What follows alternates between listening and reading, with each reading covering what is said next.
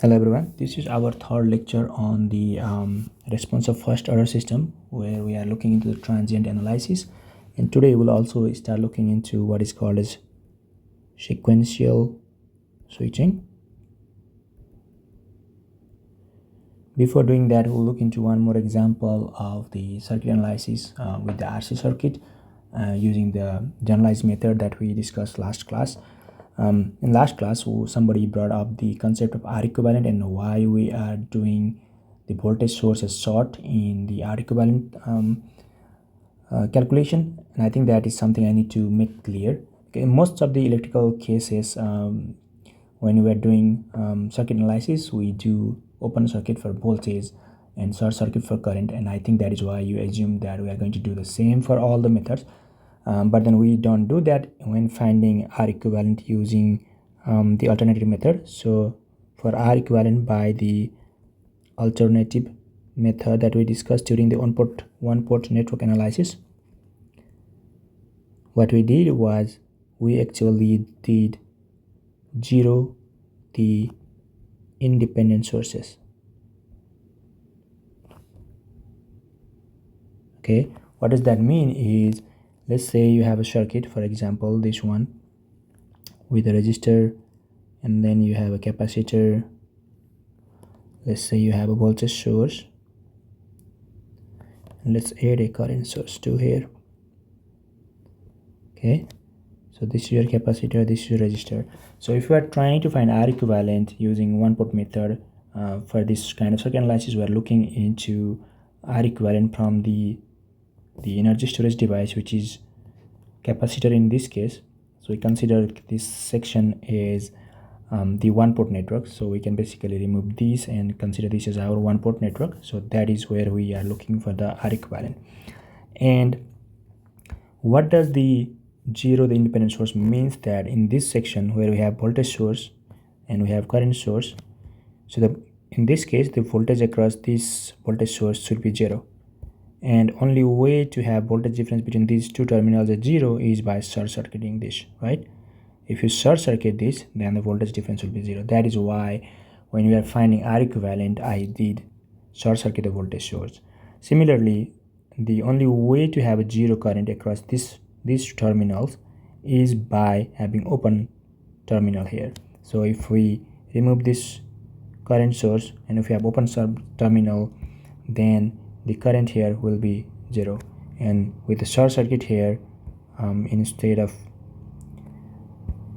this voltage source, the voltage across here will be zero. That is why we do open circuit the independent current source and short circuit the independent voltage source for alternative method. But other than that, in most of the cases we have discussed in this electrical circuits course so far, is that we usually do open circuit for the voltage and short circuit for the current. So don't get confused when you're calculating R equivalent, when you're calculating the value of time constant tau. Okay, so with that, let's start looking into one more example of the transient analysis.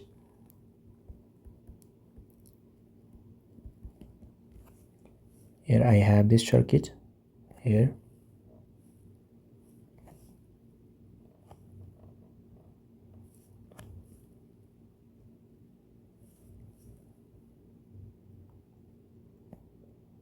We have a voltage source which is 40 volt. This is a 2 kilo ohm resistor. This one is a 3.2 kilo ohm resistor. You have a 0.8 microfarad capacitor, and you have another resistor here which is a 10 kilo ohm resistor, and our switch is here, and at time t is equals to 0, we are actually opening the switch. So in earlier examples we looked in the cases where the switch was initially open and at time t is equals to 0 we close the switch. But in this case it is different in that we turn the switch on after time t is equals to 0.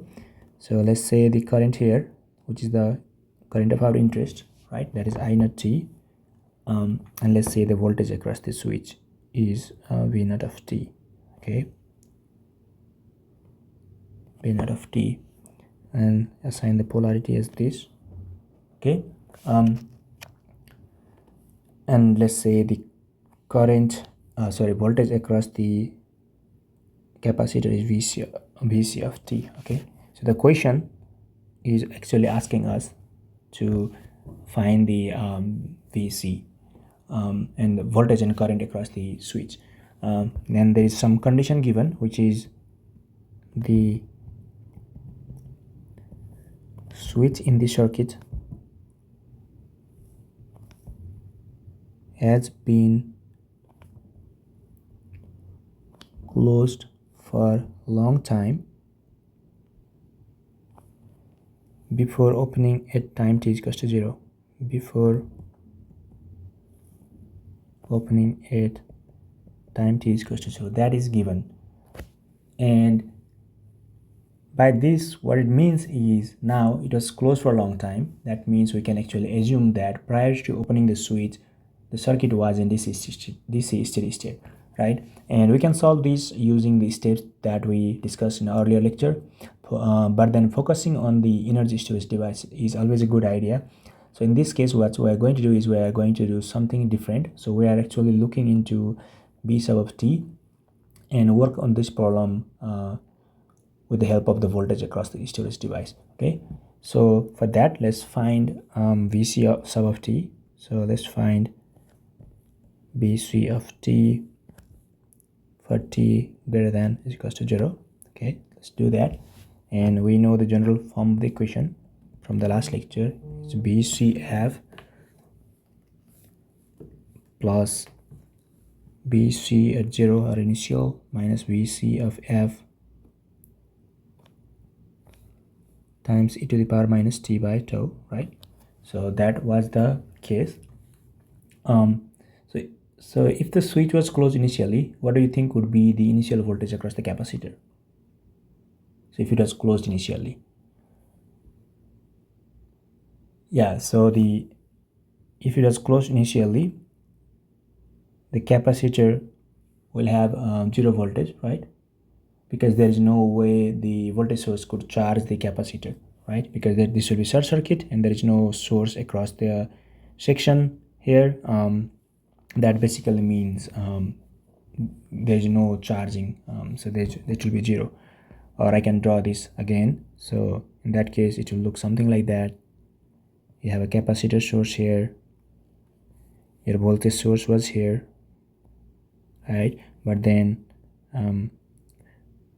we close the circuit. So that means this part of the circuit, because of the short circuit, cannot provide any current to this part of the circuit.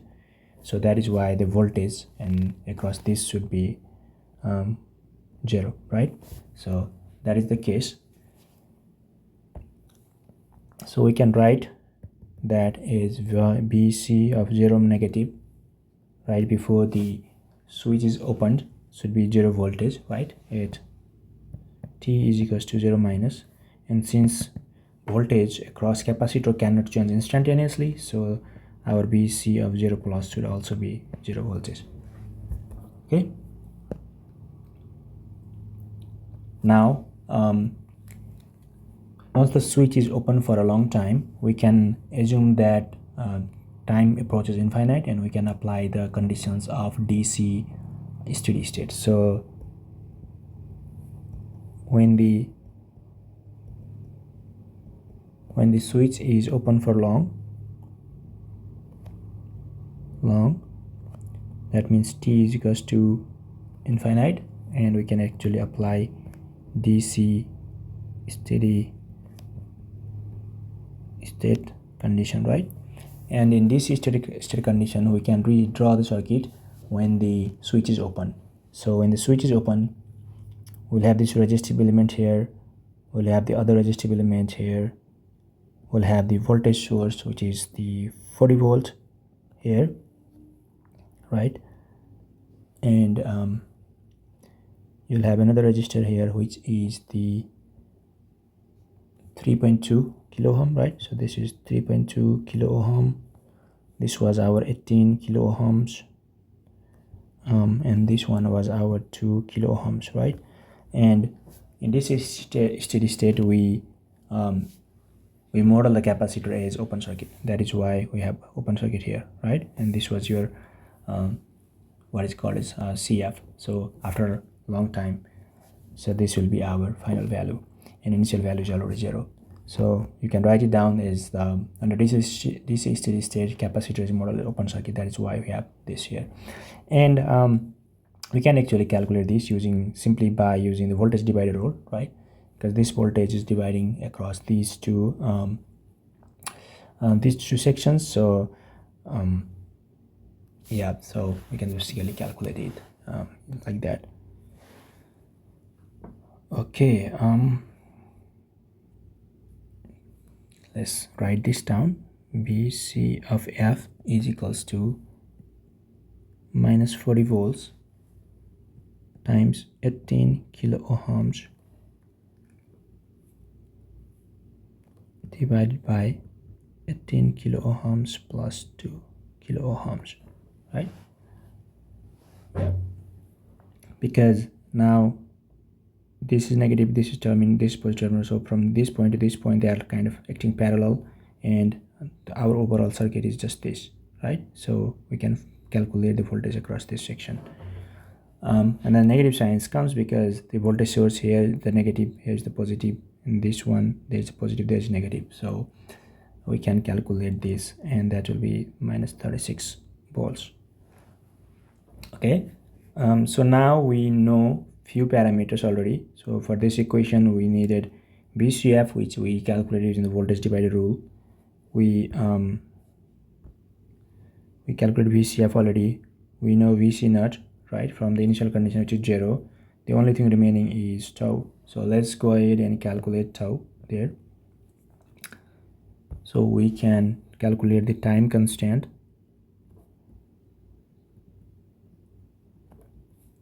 Tau. Since this is a RC circuit, we know that time constant is R equivalent times C, and that R equivalent is looking through the energy storage device, which is capacitor in this case. Okay, and for that we do, if you remember the earlier step, we do voltage source as short, and for time greater than equals to 0, the switch is open. So we draw the circuit again, assuming that switch is open, just like this one here, but then with this voltage source zeroed. So we'll redraw that to calculate R equivalent. Okay, which will look like this. We have 2 ohm resistor, you have 3.2, but then we're looking from the capacitor, so this will be open. And to get 0 voltage across the voltage source, we have to short circuit it, right, for the alternative method of calculating R equivalent. And this, we had a resistor. So this resistor was 18 kilo ohm, this one was 3.2 kilo ohms, this one was 2 kilo ohms. That means our R equivalent is simply can be calculated as this 3.2 kilo ohm resistor, which is in series with the parallel combination of the 18 kilo ohms resistor and 2 kilo ohms resistor. So 18 and 2 will give 1.6, and if you add that with 3.2, you get 5 kilo ohms, and that way we can calculate tau as the R equivalent times C. R equivalent is 5 kilo ohms and C is given as 0.8 microfarad. So we get 4 millisecond.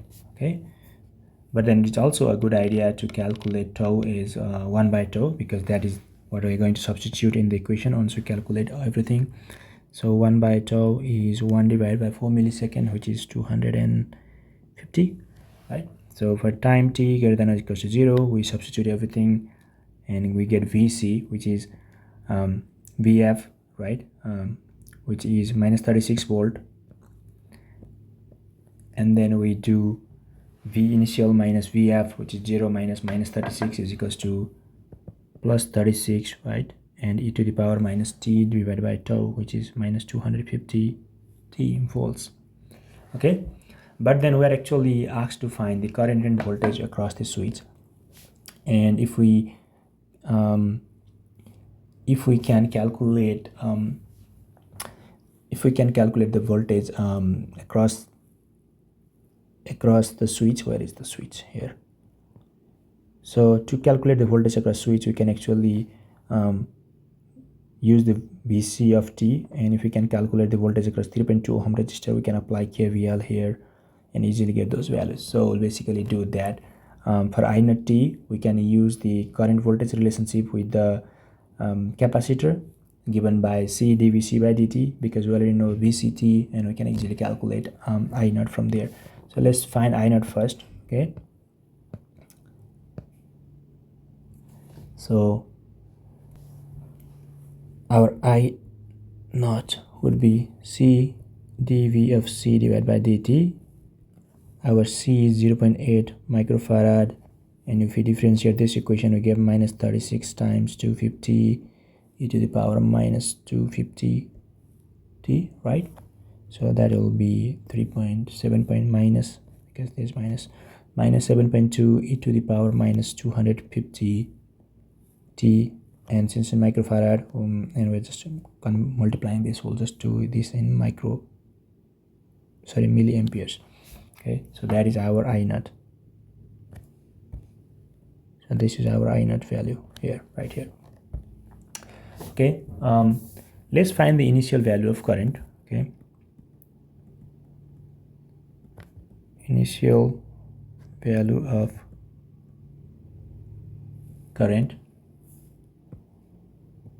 Our I naught at t is equals to 0 plus, right after the switch is opened. If we substitute t is equals to 0 here, we'll get that value, which is minus 7.2 milliampere, right? And if we keep this switch for too long, t tends to infinite, right? If the switch is open for too long, there is, if you look into this figure again, the original problem here again, if you keep the switch open for a long time, there is no source acting on that, so that will basically give you zero current. Or if you can just put that into this equation right here, if t is infinite,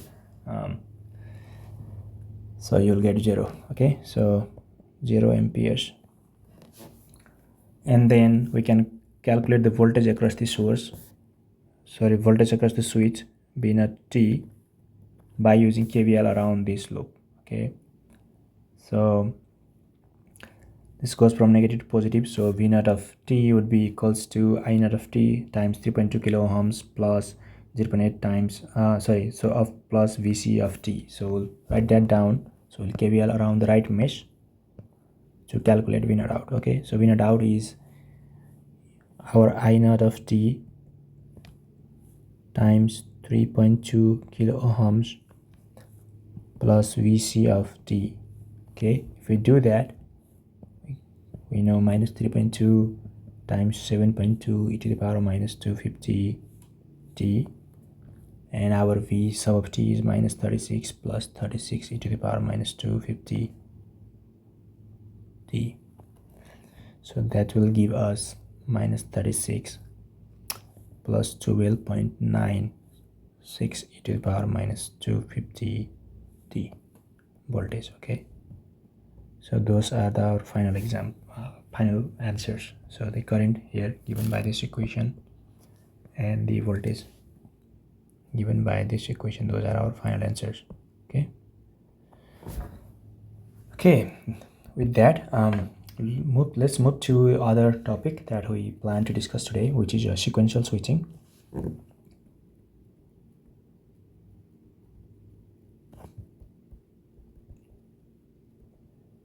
So far we have looked into cases where the switch was either on before the for a long time, and then after that it was closed, or we looked into the case where the switch was closed for a long time and after that it was open. So we did just for one time switching. Sequential switching is basically if you do that switching a lot of times in sequence, then that is called a sequential switching.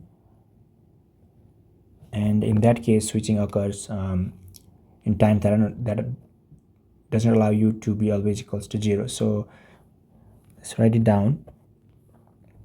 Sequential switching is when switching occurs more than once in a system and the time when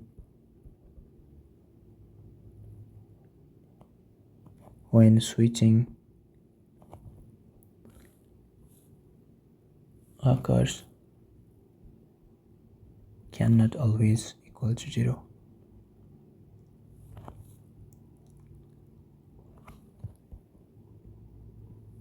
Okay, and in this case, since the final time cannot always equal to 0, we have to use a slightly different general solution. X of t is equals to x final minus x t naught. Okay, instead of xo we do x t naught depending on where the switch is changed, and we do xf, and then this is plus, and then we do e to the power minus t naught because we might have an initial time instead of time at 0. So we use this equation. So the only difference is this part here, right here. Okay, let's do an example, and it will probably be clear to understand. So example here.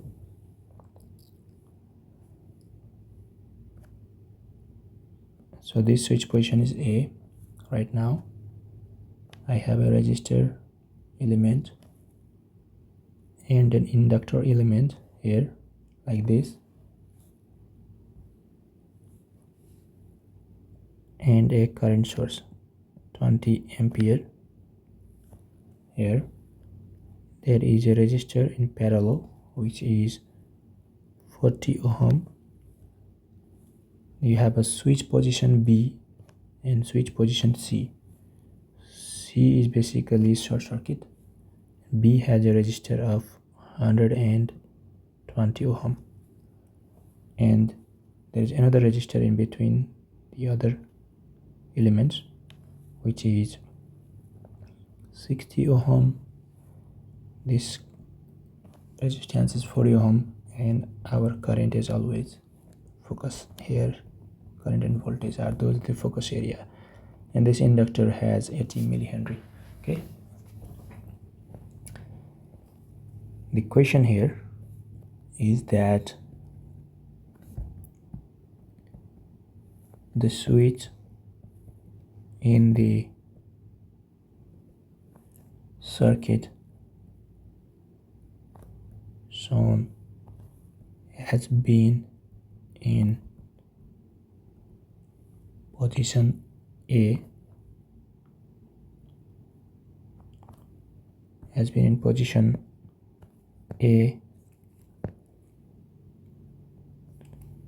position A for a long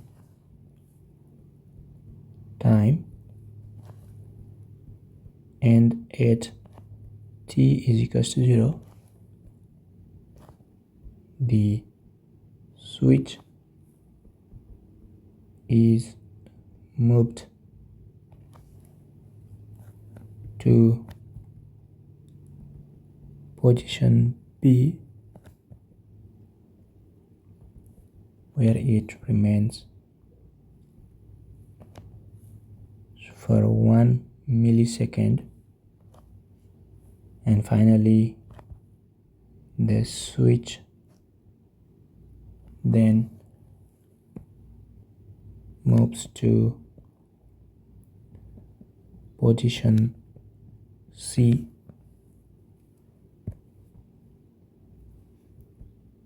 where it remains indefinitely.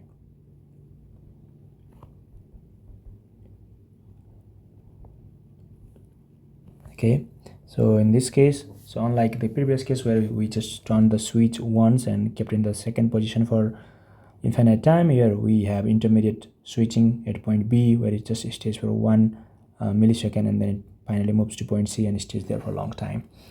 And we have been asked to find a few things. So to find, one is I of 0 plus, so right after switching from position A to position B, B is I at time 200 microsecond. So when the switch is in position B for 200 microsecond, what is the current? C is I is equals to 6 millisecond. So at this point the switch would have already been moved to position C because it only remains in the position B for 1 millisecond.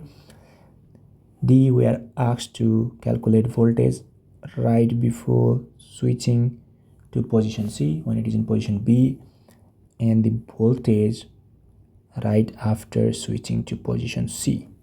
Okay, so this problem can be broken down into two sections, one for the time from 0 to 1 millisecond and other for the time 1 millisecond to infinite. So we'll do that here. So for the time 0 to 1 millisecond, our equation will be similar to what we have been done so far, right? So IF plus I naught minus IF e to the power minus t by tau. Okay, and our I naught is basically the initial current flowing through the inductor. So if the switch is in long time for position B, we can discard these two part B and C part. So our circuit will have this current source, this resistor, this resistor, this resistor, and if we are trying to find I naught here, we do short circuit of the inductor, right? So we'll draw that again and see how can we calculate I naught. Okay, so at t is equals to 0 minus, so that will be in a steady state condition, right? Because switch is in position A, so we draw this under steady state condition. So inductor is approached as a short circuit in steady state condition. So this is where we'll find this initial condition current.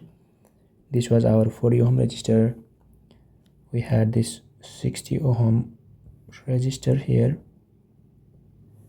We can ignore the B and C point, and all we have left is this 40 ohm resistor and this 20 ampere current source. Okay, and these three elements, the resistor elements, they're all in parallel, so we can actually use the current divider rule to calculate the I naught, which is the current across the inductor. Okay, so 20 amperes times 1 by 40 ohms divided by 1 by 40 ohms plus 1 by 60 ohms plus 1 by 40 ohms. Okay, if we do that, we'll get the current as 7.5 ampere. So now we know the initial current. Okay, so for final current, we assume that t is equals to infinite, t tends to infinite. Okay, and if that is the case, if the switch remains in position B, let's say if we move the switch to position B, we can see that there is no source in the circuit, right? So if we move the switch back to position B here, so you can see that this source will not be in contact anymore, and our circuit is just this part with these three resistor and one inductor. That means there is no source, and if it stays that way for a long time, the current will be definitely drop to 0, right?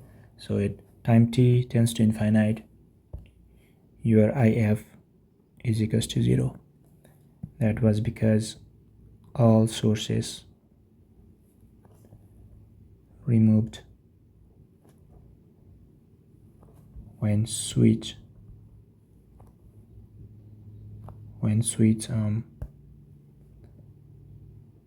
moves to point B and stays there for a long time. Okay, so that is our case here.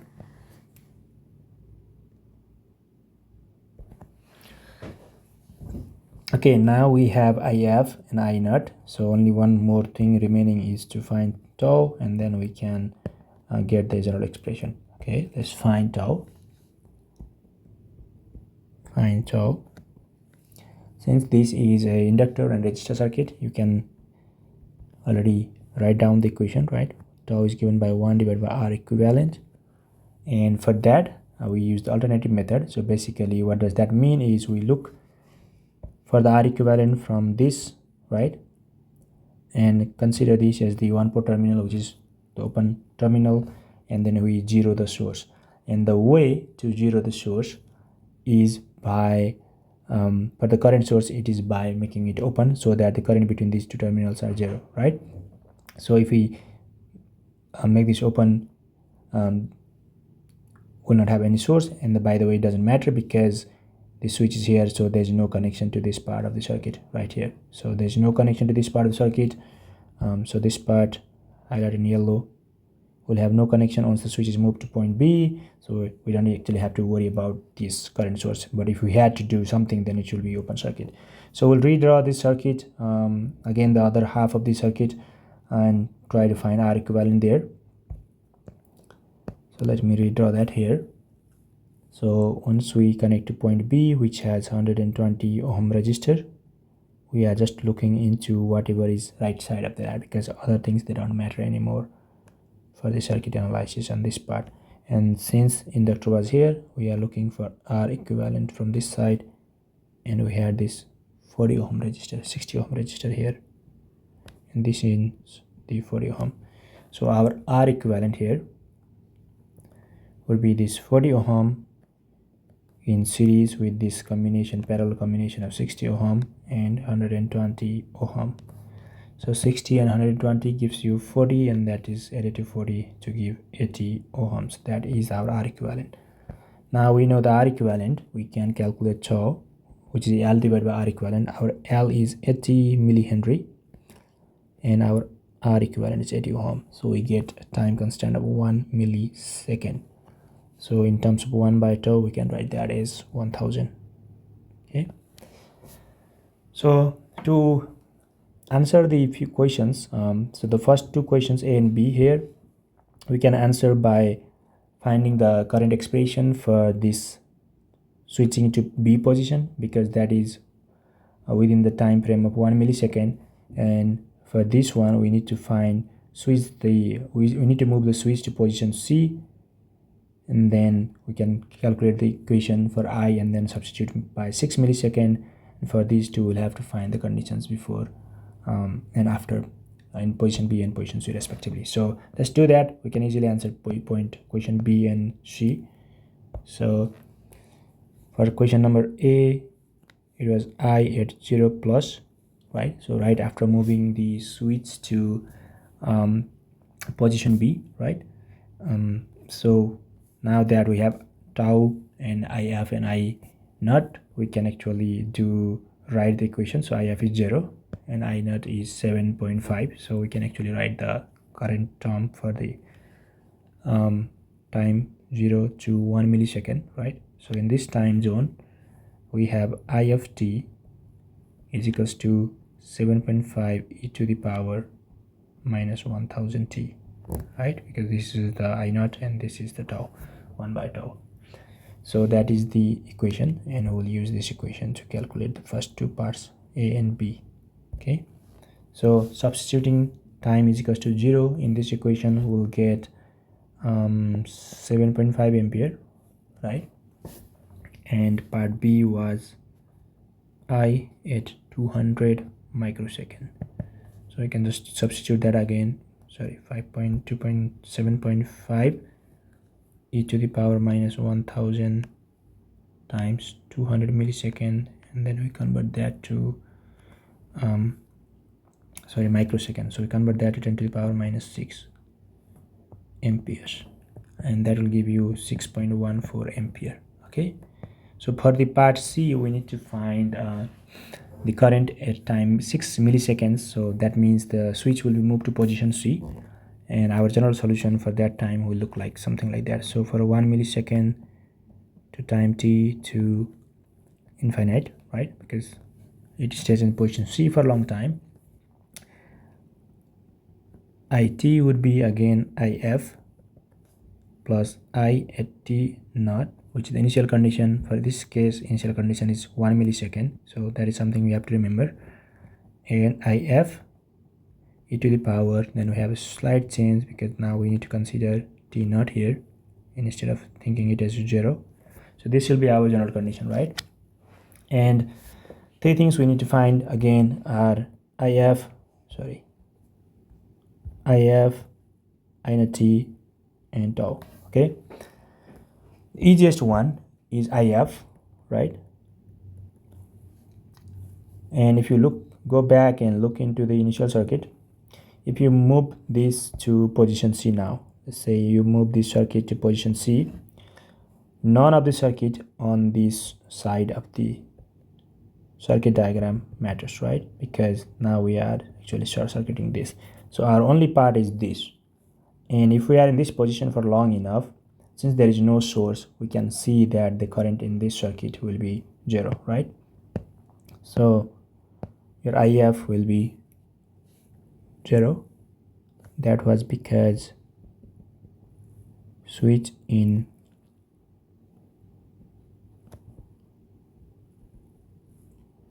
position C for long time and there is no source. So that is the case. Okay, and for I t naught, it is the initial condition, which is the current at 1 millisecond, right? And since inductor cannot allow instantaneous change in current, we can actually use the previous equation here, this one, because this was the case before moving to point C. So this is at the end of point B. So this same equation should apply to the other one because inductors do not allow instantaneous change in current. So substitute that equation here, 7.5 e to the power minus 1000, and then time is 1 millisecond, which is 10 to the power minus 3 seconds. So if you do that calculation, you'll get 2.759 ampere. Okay, yeah, and we can use this because inductor cannot allow instantaneous changes in current. So the only thing remaining is to find tau, right? So let's find tau when switch is in position C. Okay, when switch in position C, to calculate R equivalent we use the alternative method again. And if you look back again here from the top circuit, okay, so when switch C is in position, this part is short circuit. There's one resistor 60, there's one resistor 40 ohm, and we are looking from this inductor, so this will be open one port network, so we'll be looking R equivalent from there again. So let me redraw that and we can calculate R equivalent. So first thing we know is your tau is given by L divided by R equivalent, and once it's in position C as a short circuit here, we had this 40 ohm resistor. In between that short and 40 ohm we had 60 ohm resistor, and here we had inductor. So now we are considering this is the open port and we are trying to find R equivalent looking from the inductor. Okay, so just by looking into this you can tell that your R equivalent is 40 ohm, right? That's because this part is circuit, so this resistor can be completely ignored because it is sorted out by the switch. Okay, in that case our tau would be L divided by this 40 ohm resistor, and our L is 80 millihenry. If you divide that by 40 ohms, you will get 2 milliseconds. Okay, and that is your tau, 2 milliseconds, and we can write 1 by tau. We always do that, so that is easy to write in the equation. So that will be 500. So now put this back into general solution. So for general solution, let's plug that.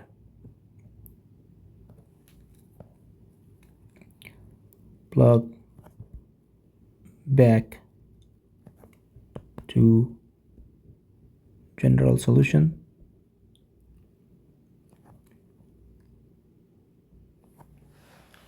Plug back to general solution.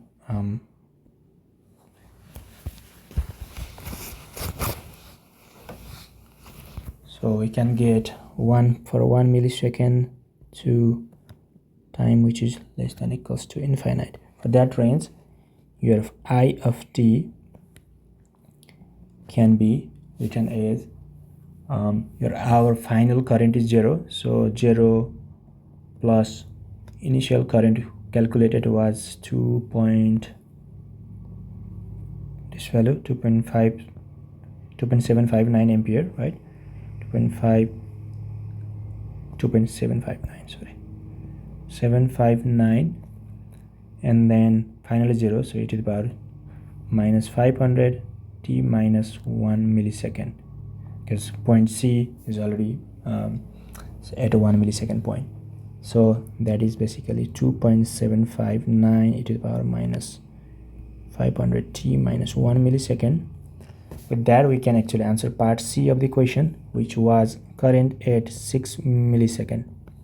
We substitute that 2.756759 e to the power minus 500 into 6 minus 1 is 5 milliseconds, which is 10 to the power minus 3 seconds, and that is the ampere. And if we do that, we get 226 ampere.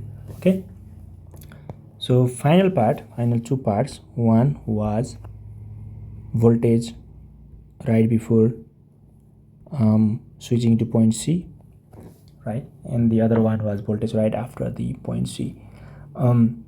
So the easiest way in this case would be, because we know the inductor here, so we know current in all cases, right before switching the circuit to switch to point B and to point C, we know the currents. And since this is inductor, we know the current voltage characteristics of inductor is given by V is equals to L di by dt, and we can use that equation to calculate this voltage at these two situations. So first is voltage right before switching to point C, which is at point B, so L di by dt, and our L is 80 millihenry.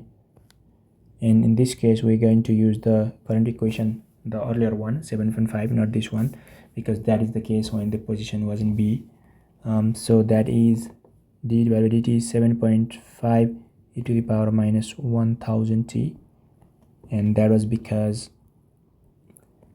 we're dealing with the range 0 less than t less than equals to 1 millisecond at point B, right? So that was at point B. So if we do the calculation, we'll get minus 600 e to the power minus 1000 t voltage. If you replace t with 1 millisecond, so basically minus 600 e to the power minus 1, which is minus 220.73 volts. Okay, so that is at point B, right? Let's calculate the final part, which was right after switching to the point C or position C. So V at 1 plus millisecond. Okay, in that case we're still using the di by dt formula, but in this case our current will be the expression that we got for the range of 1 millisecond to t less than equals to infinity, because that is 1 plus second range. And for that, the expression, so L is 80 millihenry, and the expression that we derive is this one. Yeah, so this one, right? So we're going to use that here, 2.759 e to the power minus 500 t minus 1 millisecond. Okay, and if we do that calculation and put the value of 1, which is 0, sorry, t which is 1, and that is we get minus 110.4 volts. So that is the voltage after switching. So one thing we can observe is there is instantaneous change in voltage. So the voltage when it was in position B, in the position B is minus 220, and when you change that, make the switch from B to C, we get 110.4 volt. What does that mean is that the voltage can and voltage will instantaneously change across inductor, because current is conserved, because current cannot change instantaneously in inductor, as we looked into the first few lectures. That is why to conserve that energy, something has to change, and voltage is the one that changes. So you can write it down just so that you guys don't remember this. So current in inductor cannot change.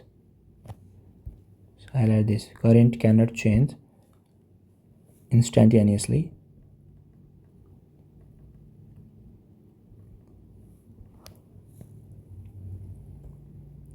However, the voltage can and will change instantaneously when you make different switches. Okay, so this is really important. So current in inductor cannot change instantaneously, however the voltage can change and will change. So we saw from this example. So yeah, that is all for today. Yeah, we'll see, we'll continue this kind of analysis in the next lecture. So see you all tomorrow. Thank you.